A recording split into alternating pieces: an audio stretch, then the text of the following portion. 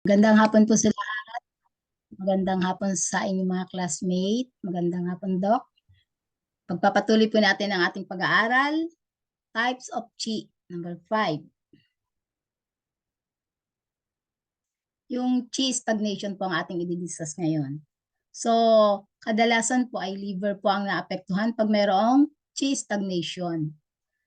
So, Qi Stagnation, affected by emotions, tapos kakaroon ng phlegm, ganun din affected sa mga kinakain natin, body fluid or blood stagnation. Yung mga symptoms po nito, distension, fullness, pressure pain, water retention, phlegm accumulation. Kasi yun po yung mga sign ng mga may stagnation. So, ang ginagamit po natin dyan para mawala yung stagnation ay ang liver tree. Dahil alam naman natin yung liver tree ay earth point yan para itonify yung liver para magkaroon ng maayos na function ang Qi. Tapos yung gallbladder 34, ito po ay special point for muscle and tendon. Nagre-regulate po ito ng flow of Qi, dinidistribute yung energy sa ating mga muscle and tissue. Kasi pag may stagnation, nag-stagnate, hindi maka-flow ng maayos yung Qi. Kapag ginamit natin yung gallbladder 34, aayusin po niya yung flow of Qi. So, ayun po yung mga points natin, liver tree. So, slide mo lang po yung kamay mo pataas sa pagitan ng web ng malaking finger sa paa. Ang gallbladder 34 naman po, kapain lang ninyo yung bone. Yan. Pag nakapapon nyo yung malaking bone, parang gagawa kayo ng, lalagay nyo yung kamay nyo, square ninyo sa pagitan po ng buto.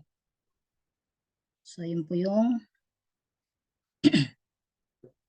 next is Qi revealing. Ang naapektuhan pong organ madalas nito ay ang liver, lung, and stomach. So, Qi revealing dahil sa emotion, sa cold dampness, at nagiging phlegm, nagkakaroon ng phlegm accumulation. At pag sa lungs po ito pumuwesto, nagkakaroon tayo ng cough, stuffiness in the chest. Pag nasa stomach naman po, hindi magagampanan ni stomach yung kanyang function. Kaya magkakaroon ng nausea, vomiting. Ang energy po ng stomach ay pataas. So pag nanghina po siya, ay pababa. Pag nanghina po siya, magbabamit kayo. Kasi yun, pataas yung nagiging energy. Nakakaroon po ng hiccup, tapos yung acid reflux, yung nakakaramdam tayo ng pataas na init.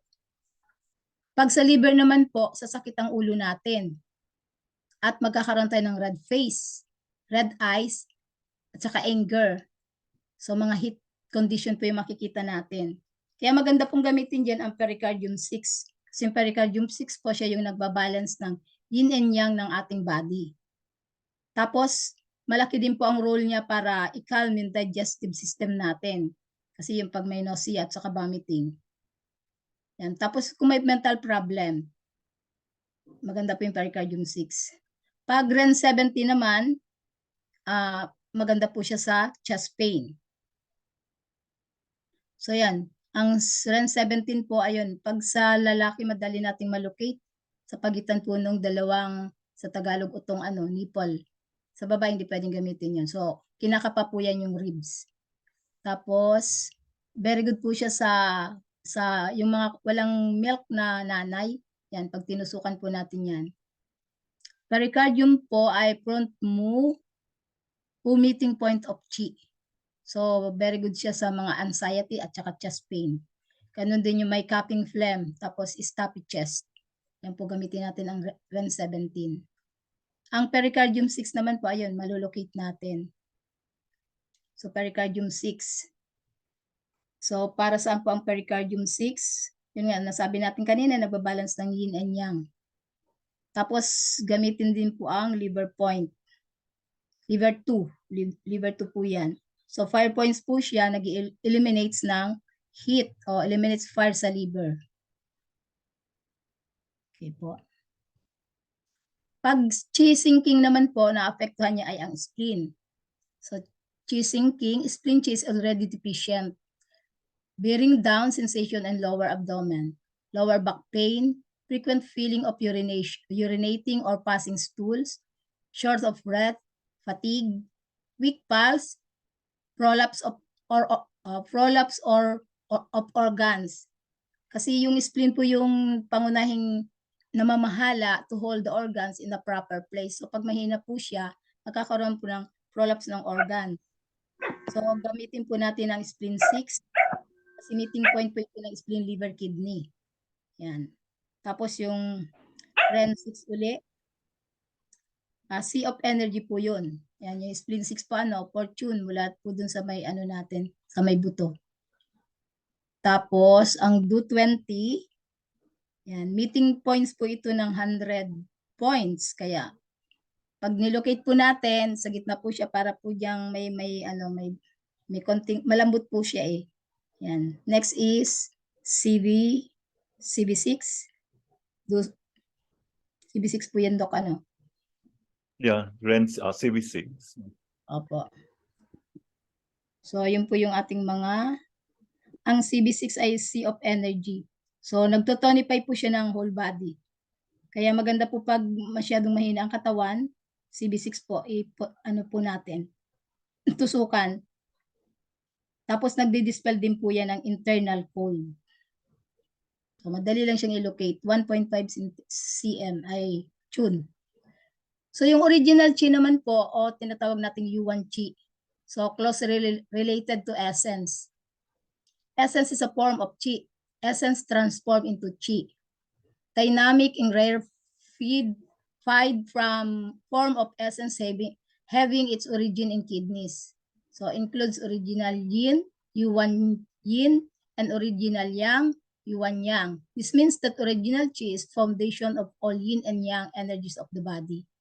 Original Qi-like essence relies on nourishment from post-heaven essence. Ito po yung naman na nating enerhiya mula nung tayo ay pinaglihi na nasa sinapupunan pa lang. Ito yung Qi na binigay sa atin ng magulang. Yan. So, original Qi has many function. It is the motive force. So, napakahalaga po ng function niya. It is the basis of kidney Qi. So, it facilitates the transformation of Qi. It is the conduit for triple burner. It facilitates the transformation of blood. It comes out at the source point. Kung naano po natin yung sa Qi production, diba, from the good Qi, yung food Qi, tapos air Qi, magko-combine po yun, tapos kailangan niya ng original Qi or yung ating U1 Qi. Yun po yung tutulong para yung kinain natin, yung hangin, ay maging Zong Qi. Pag naging Zong Qi na, yun, nagko-combine po doon hanggang magiging Zen Qi. Yung Zen Qi, magiging yung Wei Qi galing po sa Zen Qi, Wei Qi at saka nutritive Qi. Na yung nutritive Qi, ito yung nagiging dugo, nourishment of Sang Fu. Dinadala yung nutrition sa lahat ng organo natin. So, yun po yung ating yung Qi, role ng Qi. Salamat po. Maraming salamat, Ma'am Mildred.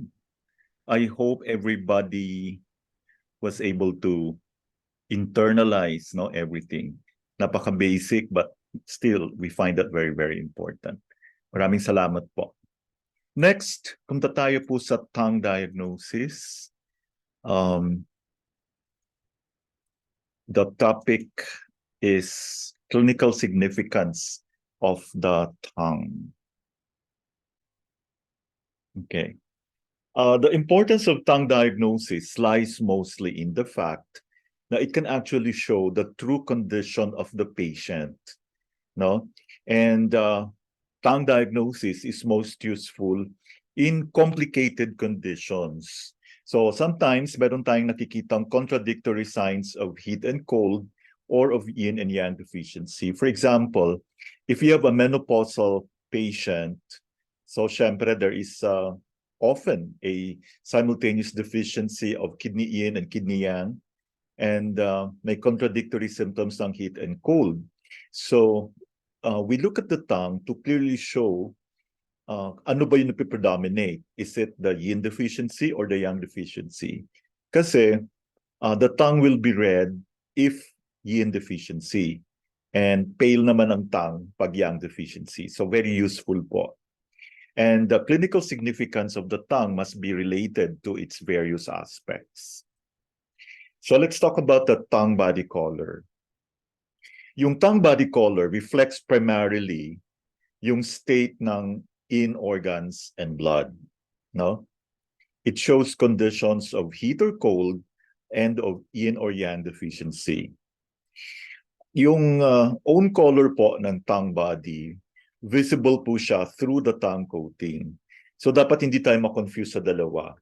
The tongue coating does not extend right to the edge of the tongue. Therefore, the size of the tongue can show us, if you really want to determine the tongue body color, you have to look at the sides of the tongue because it can show us the tongue body color if the coating is very thick, no? So, hindi po siya nag-extend sa edge.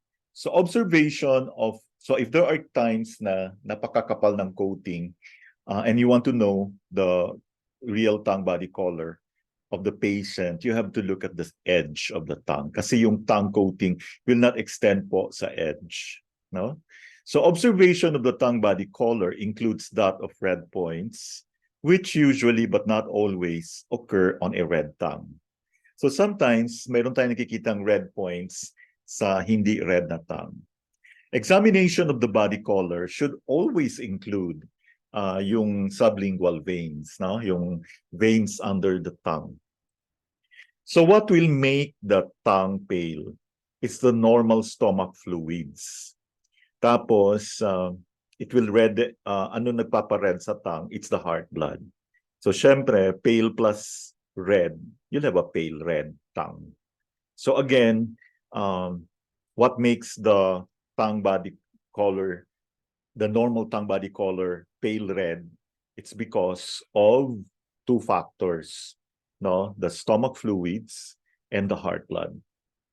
So, ang influences nito dalawang organs, the stomach and the heart, can cause the normal tongue to be pale red. So, pag pale red po ang kulay ng tongue, it is a good state of stomach fluids and heart blood. So, it should be pale red. Para siyang fresh meat. No? Next, we go to the tongue body shape.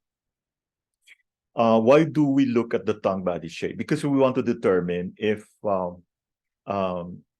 kung anong condition ba siya, deficiency or excess. Okay? And then the information that we get from the tongue body shape will actually add to what we get from the tongue body color. So after the tongue body color, you have to look at the shape of the tongue. Okay, body.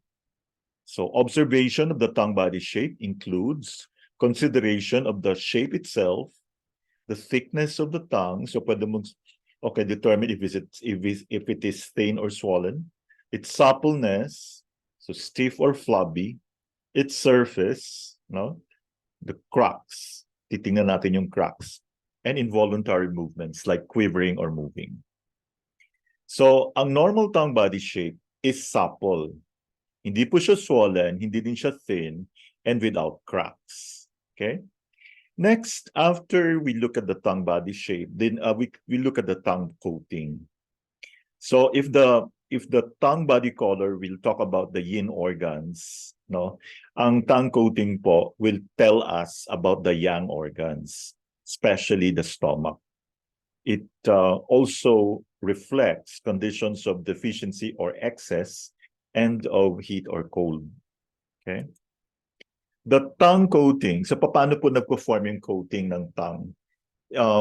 This is formed when some of the fluids that are generated in the process of stomach digestion of food will flow up and create its coating. So, malaking kinalaman po dito yung stomach. A thin white tongue coating, therefore, will tell us the meron pong good state ng stomach Qi. A rootless or an absent tongue coating, ibig sabihin, you have a weak stomach Qi.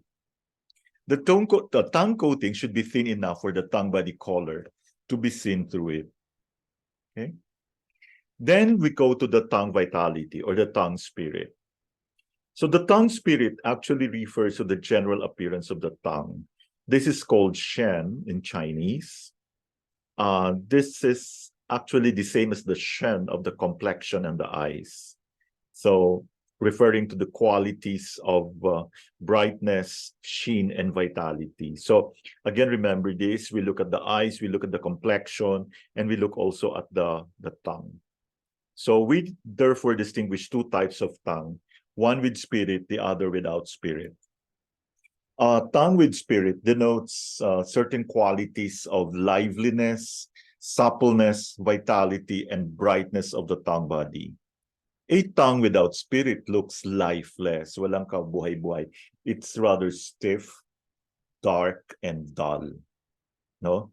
So if you see a tongue without spirit, it denotes a poor prognosis, or this will tell us that the condition will be more difficult to treat. No? So matagal na treatment po ang kailangan. Okay, so thank you very much. I hope that was clear. Alam ko this is a review for the others, but I always want to go back, kasi there are many things na matututunan natin as we go along. So first, we look at the tongue body color, then we look at the tongue body shape, and the tongue coating, then the tongue spirit. Maraming salamat po. From tongue diagnosis, we proceed po to diagnosis by interrogation, and we have Ma'am Mildred to talk about it. This is actually a continuation of exterior conditions.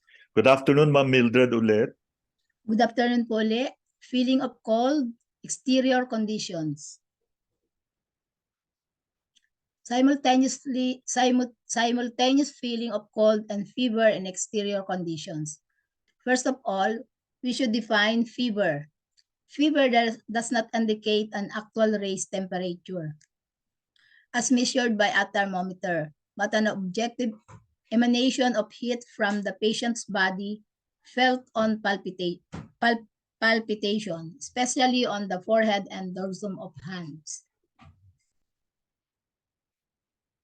A simultaneous feeling of cold and fever indicates the invasion of an exterior pathogenic factor and that this factor is still at the exterior level. So pag may yung lumalaban pa lang po yung katawan natin, yun, kakaroon ng nasa labas pa lang yung papasok na pathogenic factor, kaya nag-fever, chills and fever. The simultaneous presence of cold feeling and or shivers with a fever usually indicates an acute invasion of wind and denotes that the pathogenic factor is still on the exterior. As long as there is a feeling of cold, the pathogenic factor is on the exterior. The clinical situation when the pathogenic factor is on the exterior are described in the Greater Yang pattern within the 6 stages from the discussion of cold-induced disease, Shang-Han Lun, and the defensive Qi level within the 4 levels described by the School of Warm Disease, Wen Wing, of the Qing dynasty. As mentioned above, it is important to stress that feeling of cold and fever or body feeling hot to touch are simultaneous and not alternating.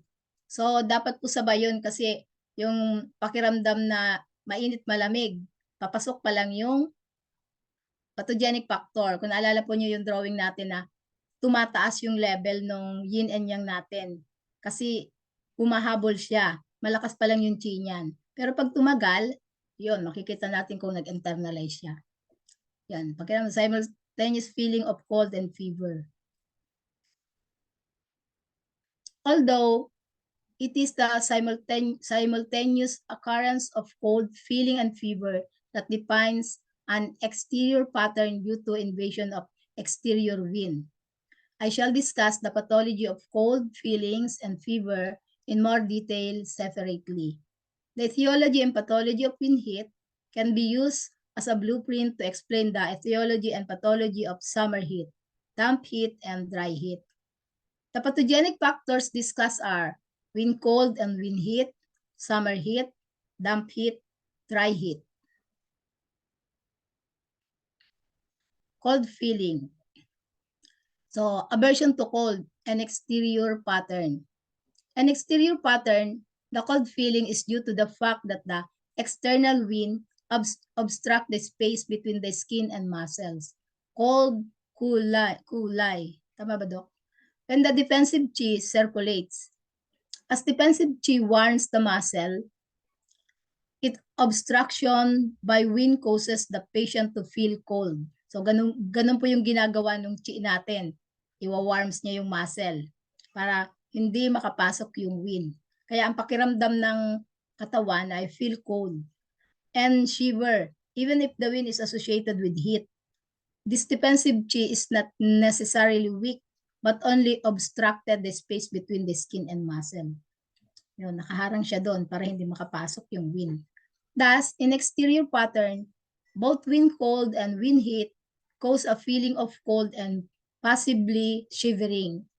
It is a common misconception that this is not the case with wind heat.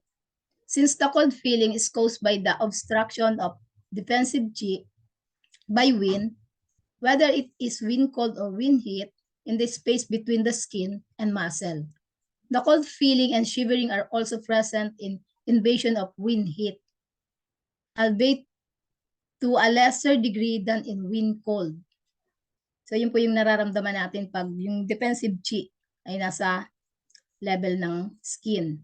As mentioned above, there are 4 different degrees of cold feelings in exterior condition.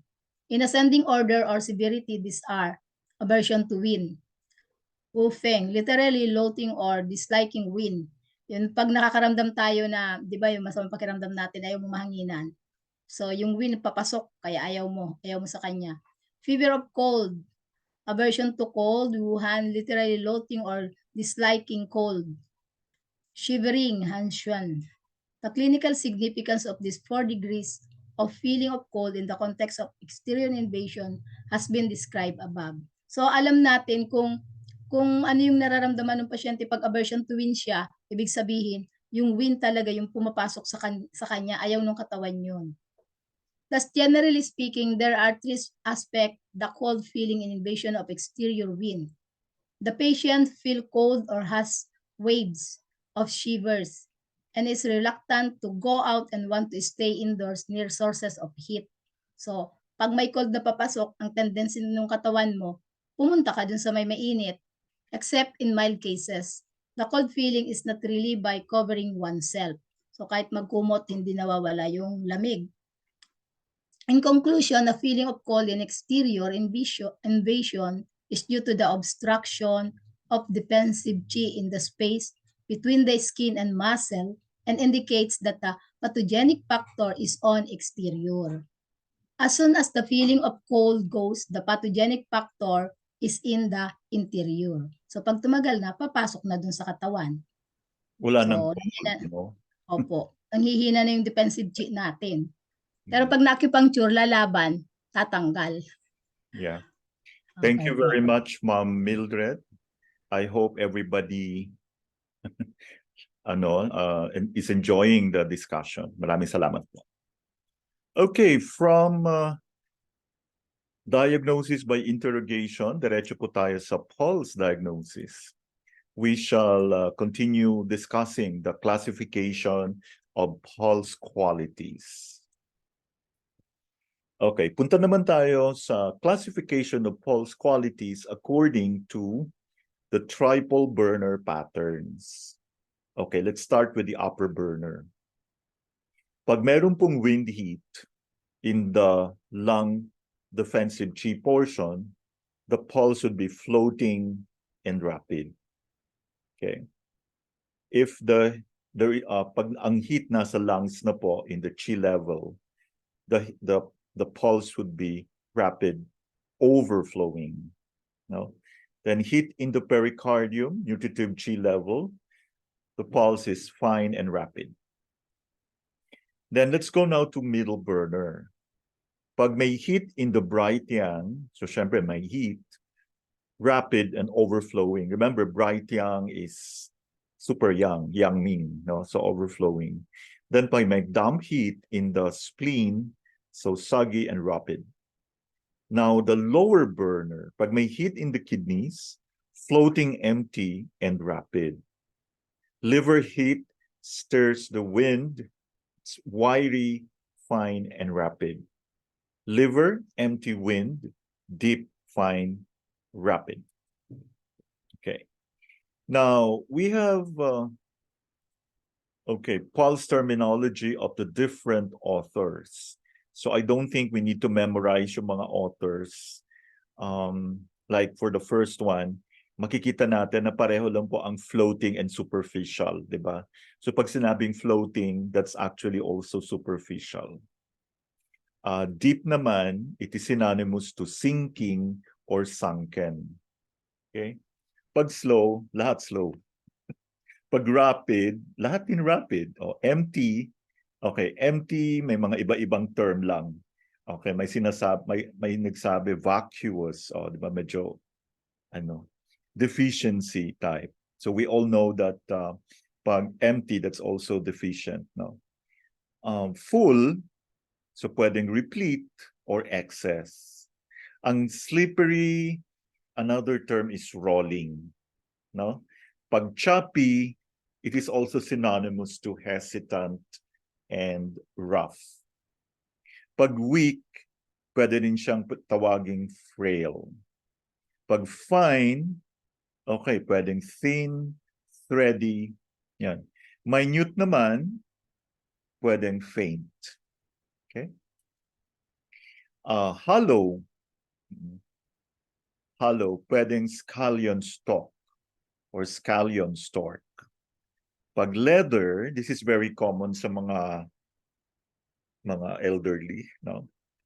Okay, another term is drum skin. Hidden, deep lying. Scattered is also synonymous to dissipated.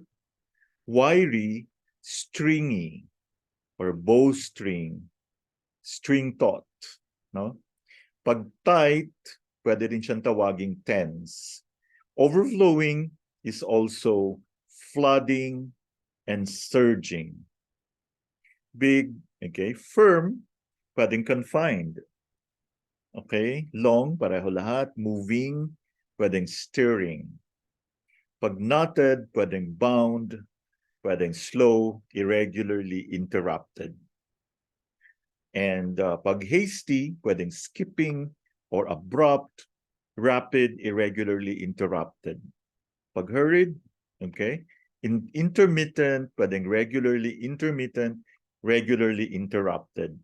Pag slowed down, pwedeng retarded or moderate. Thank you very much. I hope that helped.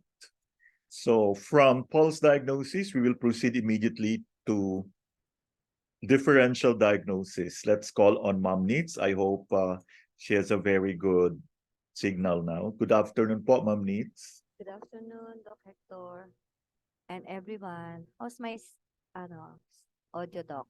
Lapit ka, Ma'am Nits. Mahina? Medyo po, ayan, Gumamit lumalakas ka siya ng head, Naka-headset ako. Maingay kasi. Okay na, Doc? Lakasan mo lang yung boses. Oo. Oh, sige. Yan, Medyo okay na ako po. medyo nagkaroon ng sipon. Okay. Ah,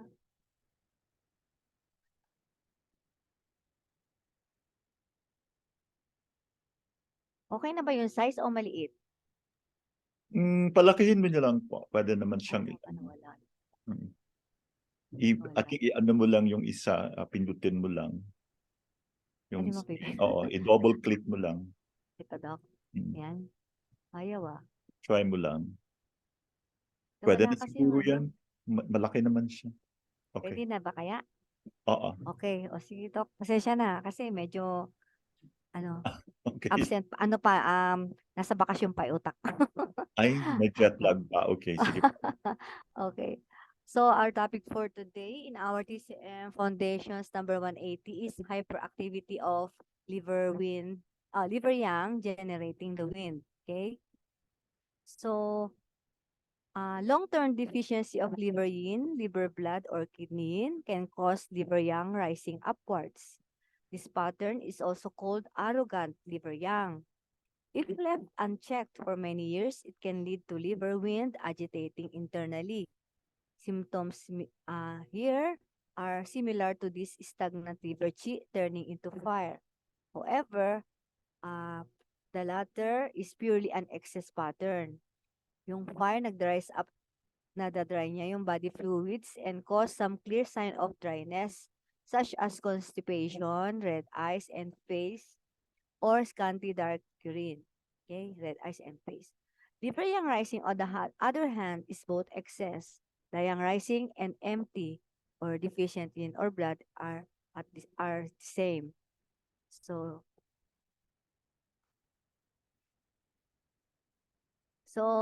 here, hyperactivity of the liver yang generating wind, etiology, prolonged anger, sobrang matagal na anger, frustration, and resentment. Underlying and or accompanying pathology, kidney deficiency, liver deficiency, liver blood deficiency, hyperactivity of liver yang. So, possible presenting condition, yan, stroke. Okay? Sign and symptoms, tremor, facial tics, shaking head and trembling of the limbs, severe dizziness, sluggish speech, possible sudden collapse or unconsciousness leading to hemiplegia, tinnitus, headache, hypertension, dry throat or dry eyes, blurred vision, numbness, tingling of the limbs, poor memory. Ang pulse, if you palpate, is wiry and fine. Tongue, red siya. With white, yung white coat indicates evil has not yet transformed into fire. So, bago pa lang.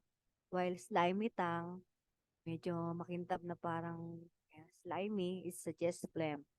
Treatment principle, calm the liver, extinguish wind, subdue the yang, enrich the yin. Acupuncture points, DU20, it extinguishes the wind, subdues the yang.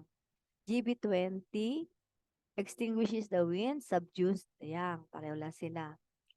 GB43, benefits the head. LI4, yung 4 gates, kasama niya ang liver 3. DU19 extinguishes the wind and calms the spirit. Liver 8 nourishes liver blood and yin. Liver 3, kanina, Li4 liver 3, courses liver qi, subdues the yang. Spleen 6 harmonizes the liver, calms the chen. Kidney 1 clears the wind phlegm from head. Triple warmer 5 clears headache. Spleen 6 regulates the liver, nourishes blood, and kidney 3 nourishes the yin to root yang. So technique, needle with drainage. Okay. Thank you very much. That's all. I hope you learn. Yeah, thank you very much, Ma'am Neats. Po. Very basic, no? Stroke Okay, lang actually pala very to. common yung mga condition na ganyan, no? Yes. So, let's try not to have the liver yang hyperactivity progress to wind, no? Okay, maraming salamat po, Ma'am Nitz. Let's now go to acupuncture patterns and practice. We again have Ma'am Mildred to continue discussing asthma. Good afternoon po. Magandang hapon po muli. So, patterns, practices, asthma. Key points of analysis. Strength versus deficiency. Asthma that begins abruptly, has a rapid course, and shows symptoms of exterior is mostly an illness of strength. Asthma that begins gradually, has a longer course, recurs, and does not show symptoms of the exterior is mostly an illness of deficiency. An illness is of the strength type if the following apply. Respiration is deep and prolonged. The face is flushed and the body is warm. The tongue is red with a thick and greasy or yellow and dry coating. The pulse is floating, large, slippery, and rapid. An illness is of the deficiency type if the following apply. Respiration is shallow and weak. So yung pag deficient, weak, yung mga key point po natin, keyword. An exhalation is longer than inhalation. So mas mahaba yung pag-exhale niya. The patient is anxious. The complexion is pallid or dusky, and there is cold sweat on the forehead. So, yun yung mga deficient po, sweat sa forehead. The tongue is pale with white and smooth or black and moist coating. So, pale, deficient. Or without coating. The body is wasted or has edema. The pulse is intrinsic and feeble or floating, large and hollow. So, yun po yung ng difference dun sa deficiency. In some cases, there is gargling noise in the throat. Accompanying asthma, respiration is intermittent and requires an open mouth and raised shoulders. The patient refuses to lie down. The limbs are cold with a pallid complexion and sweat pouring out as oily beads. Parang yung buo-buo sa noo niya. The pulse is difficult to find as though sometimes present and sometimes absent. So, minsan wala pag kinapam yung pulso niya sa lahat ng posisyon. So, this together indicate that genuine Qi is on a verge of collapse. Halos wala na nanghina na yung Qi. And the illness is critical. Pag wala ng pulso, medyo critical na po yung kalagayan. So, cold versus heat. Kung ang asthma attack ay due to the exogenous cold, malalaman natin na ito ang kulay niya ay white, like water, or white or foamy. The complexion is blue-gray. And there is no thirst with preference for warm drinks. Kasi nga pag cold, syempre mas gusto niya, inom siya ng mainit. The tongue is pale with white and smooth coating. The pulse is floating and tight or taut and slow. Kasi nga cold, kaya white, tapos slow. In asthma due to attack by exogenous heat, the sputum is difficult to expectorate. Yun, nahirapan silang ilabas kasi heat eh. So, kulay yellow to, and viscid or white but viscid. The complexion is red. There is thirst with preference for cold drinks. So, kabaliktaran ng cold. So, pag heat, gusto niya malamig ang iinumin. Pag tinignan natin ang tongue, red, yung coating yellow, greasy or dry. So, pag hinawakan ng pulse, slippery at saka rapid. Acupuncture treatment is strength type asthma. Pag when cold, constraining lungs, the therapeutic method is to unblock the lungs and to dispel cold. So, select the points, lung 7, CV17, bladder 13, bladder 12, and large intestine 4. Apply the reducing method and add moxibustion. Kasi cold, kaya dapat tayo magmoxa. Tapos excess siya, kaya reducing method. Phlegm heat, blocking lungs. The therapeutic method is to dissipate phlegm and purge heat. Select the acupoints, lung 5, lung 1, stomach 40, tsaka ding 1. Use filiform needle and apply the reducing method. Reducing method din dahil mga excess condition to. Deficiency type asthma. Pag deficient naman, deficiency of lung Qi. The therapeutic method is to augment lung Qi. Select the acupoints, CV17, lung 1, bladder 13, lung 9, stomach 36. Apply the reinforcing method and add moxibustion. So, para mag-tonify. Failure of kidney to receive Qi. The therapeutic method is to strengthen the kidney and enable it to receive Qi.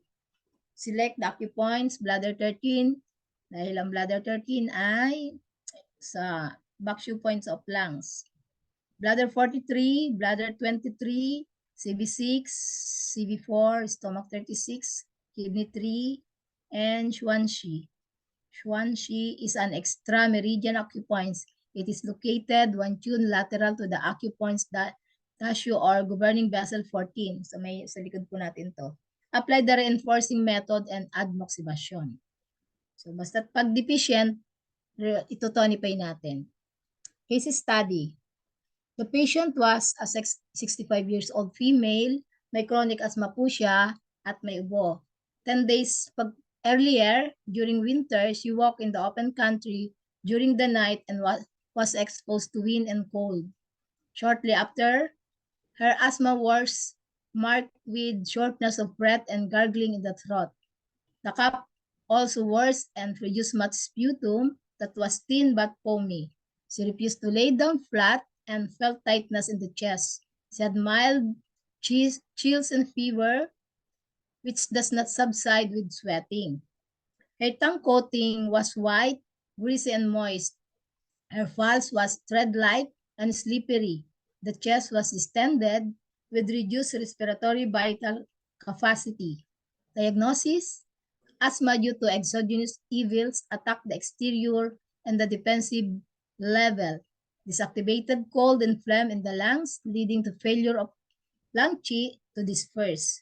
So therapeutic principle, warm the lung and dissipate the phlegm. Painitin lang yung baga para umawala yung mga pumasok na lamig. Thank you po. Thank you very much, Ma'am Mildred. So at least ngayon, medyo sanay na tayo sa asthma. And Ma'am Mildred was able to differentiate between the excess type of asthma and the deficiency type. And later, after the next topic, si Sir Aldrin will elaborate sa kanyang favorite topic, which is still on asthma. Okay, next, punta tayo po sa signs and symptoms. And today we will discuss trembling mouth at saka yung pa nating nakabukas yung bunganga.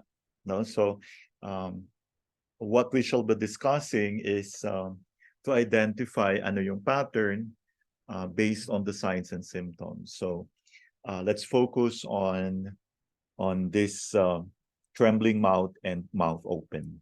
So start po tayo sa trembling mouth. The first consideration would be liver blood and liver insufficiency with internal wind. Okay, kasi pag may trembling, we always think of wind, no? So here we could see that the wind is the result of deficiency of liver blood and liver in. So aside from slightly trembling mouth, magkakaroon po ng dizziness, no? I think that's very understandable. Numbness or tingling of the limbs. So every time you need to really ask these symptoms, no? So lalo na yung tingling of the limbs, saka numbness, that's very liver blood deficiency. Blurred vision, floaters in the eyes. So you don't actually expect the patient to tell the symptoms. You have to ask, especially kung meron kang formulate na diagnosis. No? Dry eyes. Okay, so this is very common among women. So you will ask about menstruation. Scanty. Dull pale complexion, red cheekbones because of the insufficiency. Then titingnan natin yung nails, no? Withered and brittle nails. And the hair and the skin, dry skin and hair. And you ask kung meron siyang night sweating. So the tongue and pulse will depend on whether blood or insufficiency predominates. Okay? So alam naman natin pag blood deficiency, the tongue is thin and pale and dry. Pag insufficiency, wala pong coating, no? Yon. Walang coating. Or sometimes you would see cracks. Another consideration pag meron po tayong trembling mouth is Qi stagnation and phlegm, no? So you will expect also dribbling from the corners of the mouth. And since Qi stagnation, you will have to elicit epigastric or abdominal distension. Okay. Pag may feeling of muzziness of the head, parang mabigat na hindi niya mawari, parang may helmet na nakaga. That's phlegm. Of course, pag may sputum in the throat, that's very phlegm. And also feeling of oppression of the chest. Irritability, so this is Qi stagnation, and feeling of a lump in the throat. Okay. I remember when I was still, ay kailan baka malaman yung edad ko talaga, pero halata naman. Naalala nyo yung I'm sure maliliit pa kayo noon, yung sa Baguio, yung yung earthquake. Doc, Lindol? Yung lindol, it was August. Opo. And I was preparing for the board exam sa medicine. Sabi ko, ano ba to? Sayang yung pinag-aralan kung hindi matutuloy yung board exam. Alam nyo, the whole, yung time na yon, as in, mayroon kang mafe-feel na something sa throat. Ano ba to? Parang may, inano ko na lahat, syempre, medicine, no? Parang wala, hindi natatanggal. Yung pala dahil po sa nasayang lahat ng effort mo, tapos baka lumindol ulit. Alam yun, anong year yun? Hindi ko makakalimutan. 1990. O, di ba?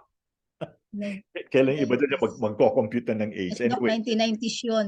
yes, grabe. No, grabe. College na pa ako nun. Yeah, oh, never mind. That's not ano. Gusto ko lang kasi i-share na pag may feeling of lump in the throat, talagang may Qi stagnation. Siyempre natetense ka, nag-aaral ka, ay biglang lilindol. Eh what kung lumindol during the di ba? Parang yun. So lahat Ibig sabihin, Doc, yung stagnation, talagang grabe. Yung takot ay, po ninyo, ano? grabe. Oo. Hanggang sa lumabas yung result. Alam niyo naman sa medicine, isang linggo lang labas na yung result. Okay, so wiry, slippery halls, no? Wiry kasi because it's Qi stagnation. Phlegm, the slippery. So yun po. Okay, let's continue. Pag meron ding trembling ng mouth, another consideration would be stomach heat. Pag nag-entertain po kayo ng stomach heat, una-una nyo mapapansin, mabaho yung hininga as in. No? Or i-check nyo muna yung hininga. Pag mabaho talaga yung hininga, talagang may stomach heat. So you Yes, Doc. Minsan nga po sabi ng pasyente, wala naman akong sira ng ngipin, ba't ganito ang amoy ko? Naamoy din po kahit nila anong deodorant ang gagamitin nila, kahit anong perfume, pag tininan mo talaga, iba talaga. No, kaya we are very lucky we are we are studying acupuncture, TCM. Anyway, so magkakaroon po ng thirst, foul breath. Oo. I remember I have a patient, sabi niya, ni-refer na din yung wife niya kasi mabaho daw hininga. So nakita ko talaga as in. So ngayon medyo okay. Pero matagal na yan no? Matagal kasi mag-form ng stomach heat. Hindi yan basta-basta mawawala. Opo. Pag naka-cool down na po yung ng stomach niya, yung heat, saka po nawawala yung amoy. Kaya lang kung aggravate uli ng liver na hindi natutulog, liver yang, kahit po igamutin mo yung stomach niya, babalik pa rin. Oo, at saka importante, pag yung mga ganito, chronic yan no? Unahin nyo talaga yung back shoe. Huwag nyo talagang kalimutan yung back shoe. Okay. Burning epigastric pain. Sour regurgitation, no? Parang bumabalik na maasim. Nausea, excessive hunger, a feeling of heat, tapos pag tinignan mo yung tongue, red with a yellow coating. So that's very stomach heat. And feel the pulse kasi nga may heat overflowing rapid. Okay, another consideration of trembling mouth is liver wind. Kung nakikita nyo yung icon, avatar, no? Medyo maedad. Okay, so automatic yan, liver wind. So may tremors, no? Hindi lang yung mouth ang magte-tremble, may tremor siya. Severe dizziness, tinnitus, headache, numbness of the limbs. Remember, this is liver. Tapos sa tics, no? Alam niyo yung tics, yung marang maliliit na gumagalaw-galaw sa usually malaramdaman mo yan sa Alam ng doc, parang gumagalaw. Gumagalaw na maliliit. Opo. Opo. Stiff, deviated or moving tongue, no? Then wiry yung pulse. Okay? Now, let's say meron kang patient, nakabukas yung bunganga.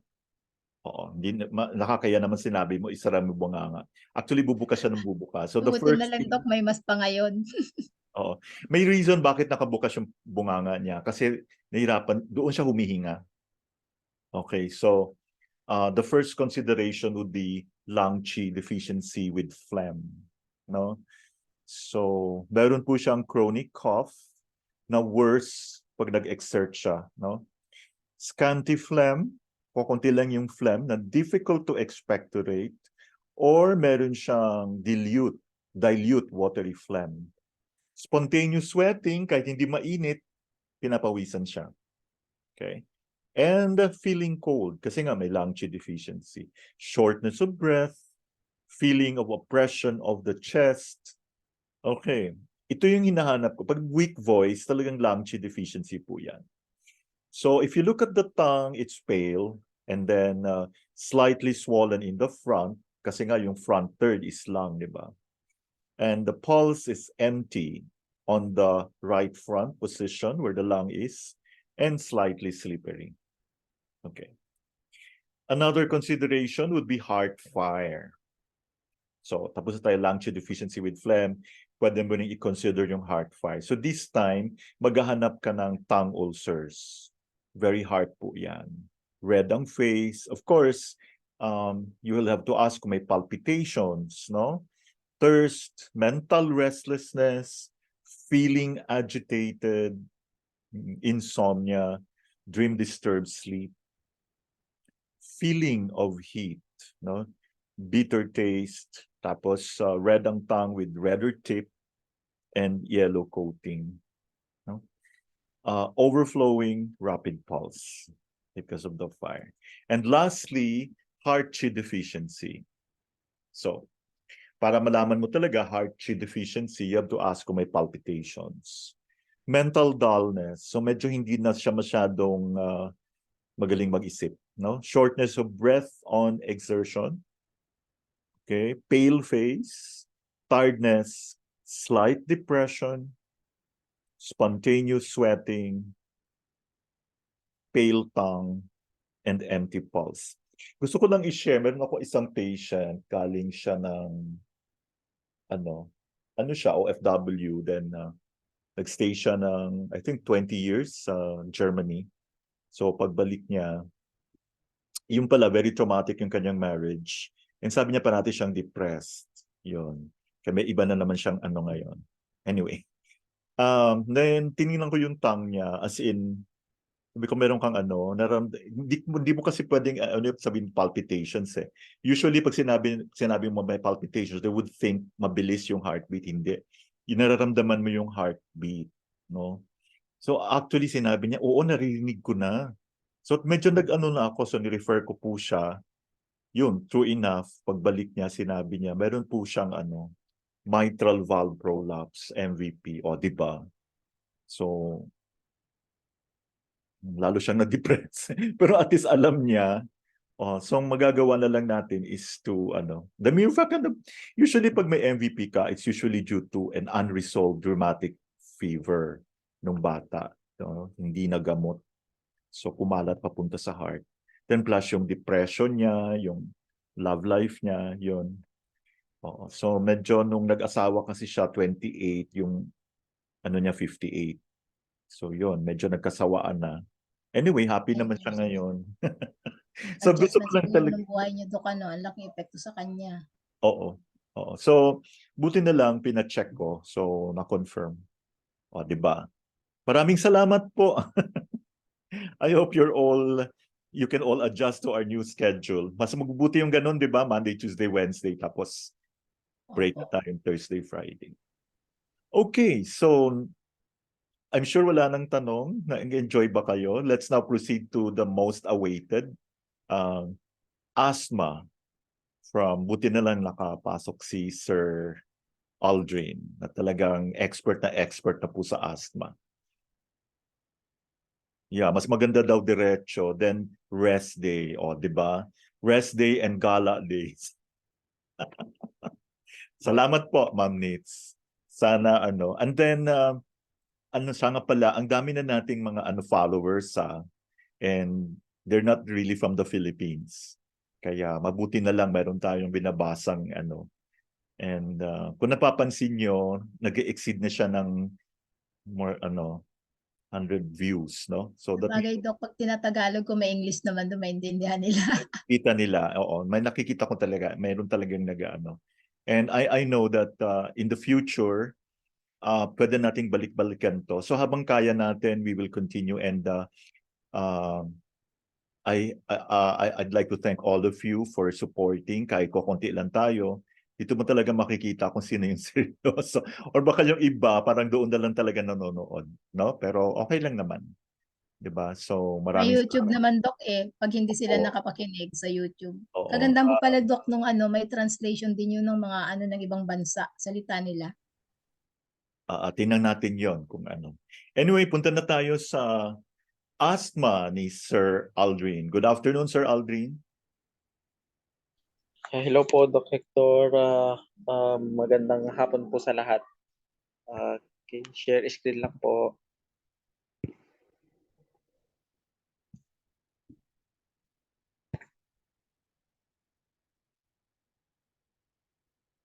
Okay, sa day 4 na po tayo sa late onset non-allergic asthma. Okay. So, deficiency of the lung and kidneys defensive Qi systems and atopic eczema.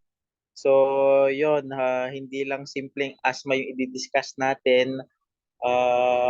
Magkaakibat to yung asthma at saka eczema.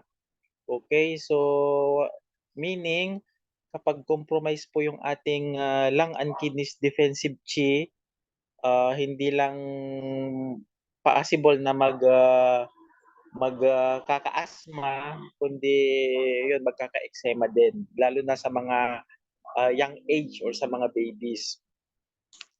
So the deficiency of the lung and kidney defensive Qi systems may also play a role in the pathogenesis of eczema in babies and very young children.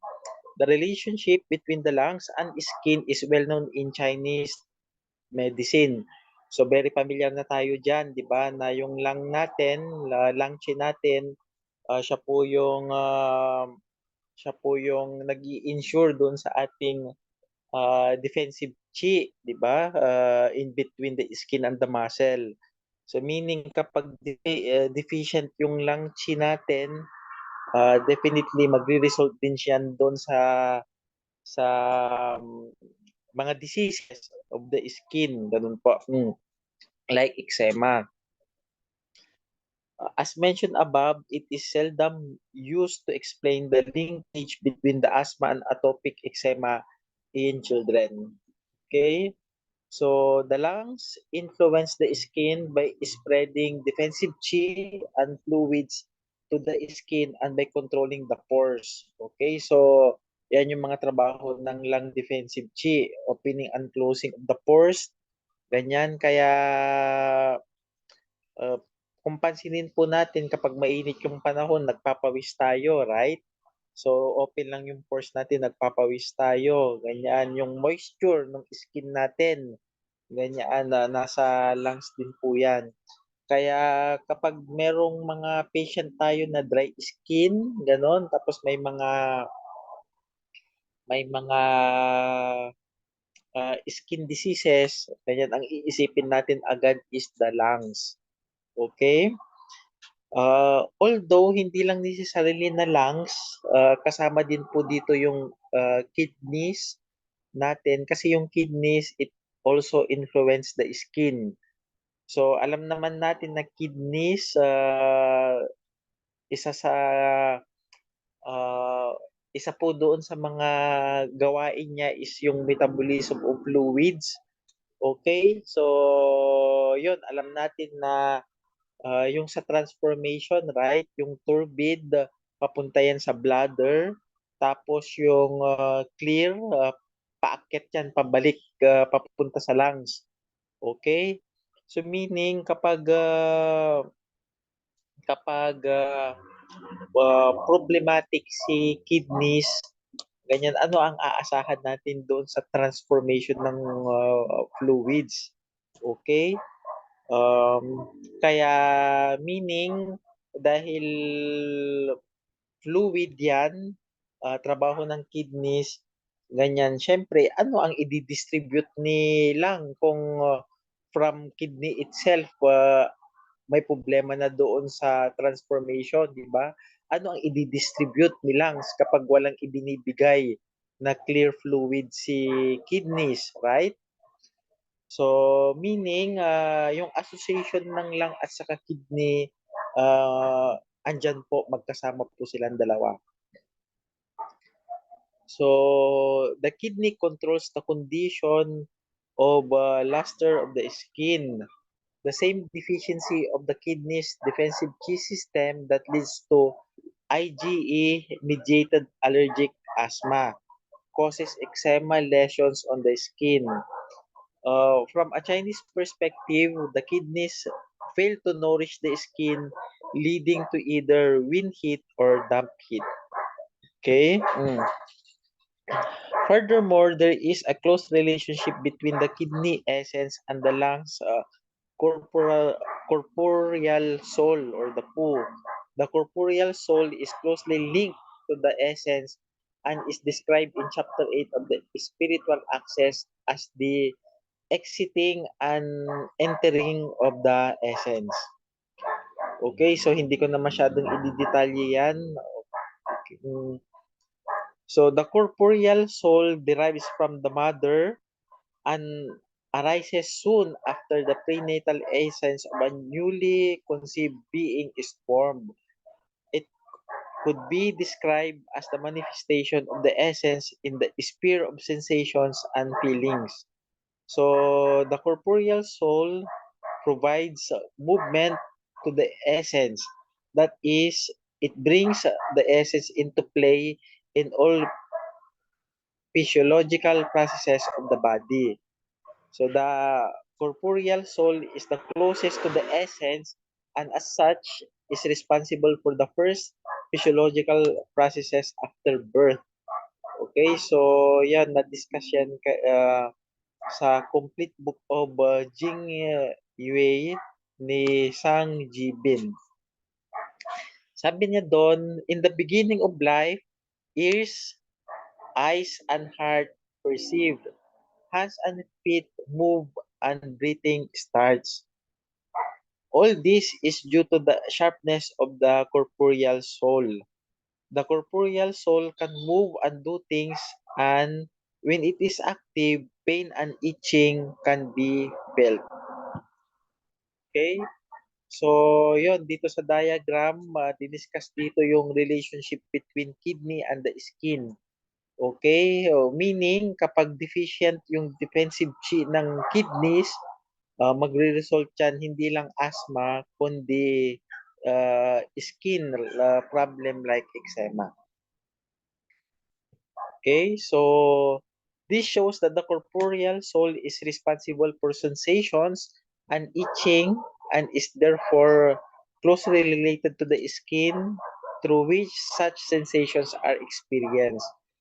This explains the somatic expression on the skin of emotional tensions that affect the corporeal soul via the mind and the connection between corporeal soul, lung, and skin. Okay? So the relationship between corporeal soul and essence may therefore explain the eruption of atopic eczema and asthma in babies. From the Chinese point of view, eczema in babies is due to the surfacing of toxic heat from the uterus. It is therefore closely linked with the prenatal essence of the baby because the essence is related to the corporeal soul, which manifests on the skin, itching, and pain. Okay? So, the toxic heat from the uterus erupts on the baby's skin in the form of eczema. So, asthma can be explained in the same way as the deficient essence of the baby fails to root its corporeal soul and therefore its lungs. Okay? So, ganun po yung relationship niya. Paano nagkakaroon ng eczema from the toxic heat? Ganyan, nag-i-erupt siya from the uterus, ganon. Kaya kung papansinin natin, merong itching at saka pain, okay? Kasi syempre alam naman natin from the skin kapag merong diseases, pag anong ngalan nito, masagi mo nga ng konti yan, very itchy, di ba? Ganun po siya. So in summary, lung and defensive Qi systems deficiency. Okay, yung lung spread defensive Qi o yung Wei Qi na binabanggit natin. So um, way back, yung Wei Qi natin, yung defensive Qi na yan, 'di ba kapag mahina yung Wei Qi natin, mahina yung lung Qi na sinusupply niya sa Wei Qi, 'di ba mabilis tayong pasukin ng external pathogen like wind, heat, wind cold, and so on and so forth. Okay, kaya yun, kapag malakas po yung ating Wei Qi, yung defensive Qi natin, yun yung kumbaga protection natin para hindi agad-agad makapasok yung external pathogen. Okay? So alam natin na yung Wei Qi na yan reside in between skin and the muscles natin. Tapos ang root po niyan is coming from the kidneys. Okay? So the kidneys are paired with the bladder, and kidney yang provides Qi to the bladder for its transformation of fluids. So in the process of this transformation, yung clear fluid going flow upward yan, okay, along the bladder channel in the back to the skin and muscles where they mingle with defensive Qi. Okay? So, syempre, yung turbid naman, yun yung napupunta sa bladder, yun naman yung ini-excrete through urination. Okay? So, both the bladder channel and governing vessel or the dumai, which spread defensive Qi also all over the back in the greater yang area are connected to the kidneys. Okay? So, the type of deficiency involved in allergic asthma is a deficiency of only one aspect of kidney function. Okay? Hindi lahat ng function ng kidney affected. Only one aspect lang. So, yan po yung connection with the defensive Qi. Okay? Deficiency of the defensive Qi lang. Okay? So, meaning, alam naman natin na yung kidney, andyan pa yung function niya, di ba? Mabalikan natin yung kidney, very important kasi siya yung nagbibigay ng kidney yin, kidney yang, ganun po. Yung essence din. So meaning, yung mga ibang function niya, hindi yan affected. Yung defensive Qi system lang yung affected, kumbaga. So similar din doon sa lungs defensive Qi system.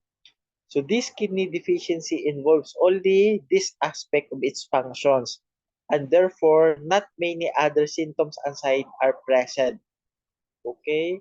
So, yon hindi lahat ng mga signs and symptoms makikita natin dito kasi yung mga signs and symptoms na related lang doon sa kidneys defensive deficiency o defensive Qi lang. Okay? The immune hyperreactivity that is the basis of allergic asthma is due to a deficiency of both lung and kidneys defensive Qi system. So the kidney influence the immune system not only through the connection between kidney yang and defensive Qi, but also because the kidney essence through the governing or the do or the penetrating or the chong and directing ren vessels is partly responsible for protecting from external pathogenic factor. Okay? So, yun nga po, kapag malakas po yung mga channels natin na yan, lalo na yung ating kidney, kidney essence, tapos kidney defensive Qi, yun, hindi malakas din po yung ating Wei Qi. So, hindi tayo basta-basta ma-attack ng external pathogenic factor. So, a deficiency of the kidney's defensive Qi system arises from, una, the hereditary constitutional weakness. Okay, so alam naman natin na discuss previously yung hereditary Isa dyan yung essence natin, di ba? Namamana natin yan. Okay, tapos kapag yun nga, may mga vices, may mga shock during pregnancy, affected din na yun, magre-reflect din yan doon sa constitution ng fetus. Then problem to the mother during pregnancy, yun nga, shock, smoking or mga vices or yung mga tinitake na medicine. Problem at childbirth as fetal distress, induction and premature cutting of the umbilical cord. So yun, na-discuss natin yun kahapon. And then immunization, no, vaccines. So, na-discuss din po yung kahapon. So the deficiency of the lung and kidneys defensive Qi systems may also play a role in the pathogenesis of eczema in babies and very young children. Okay, so yun lamang po yung topic natin tonight. Thank you po. Thank you very much, Sir Aldrin. Okay, so I think that's about it. Kung wala pong questions, we will take a break. Do you want to make an announcement, Ma'am Mildred, para mamaya? Yes po. Mamaya po pagkatapos si Dr. Webb, tutuloy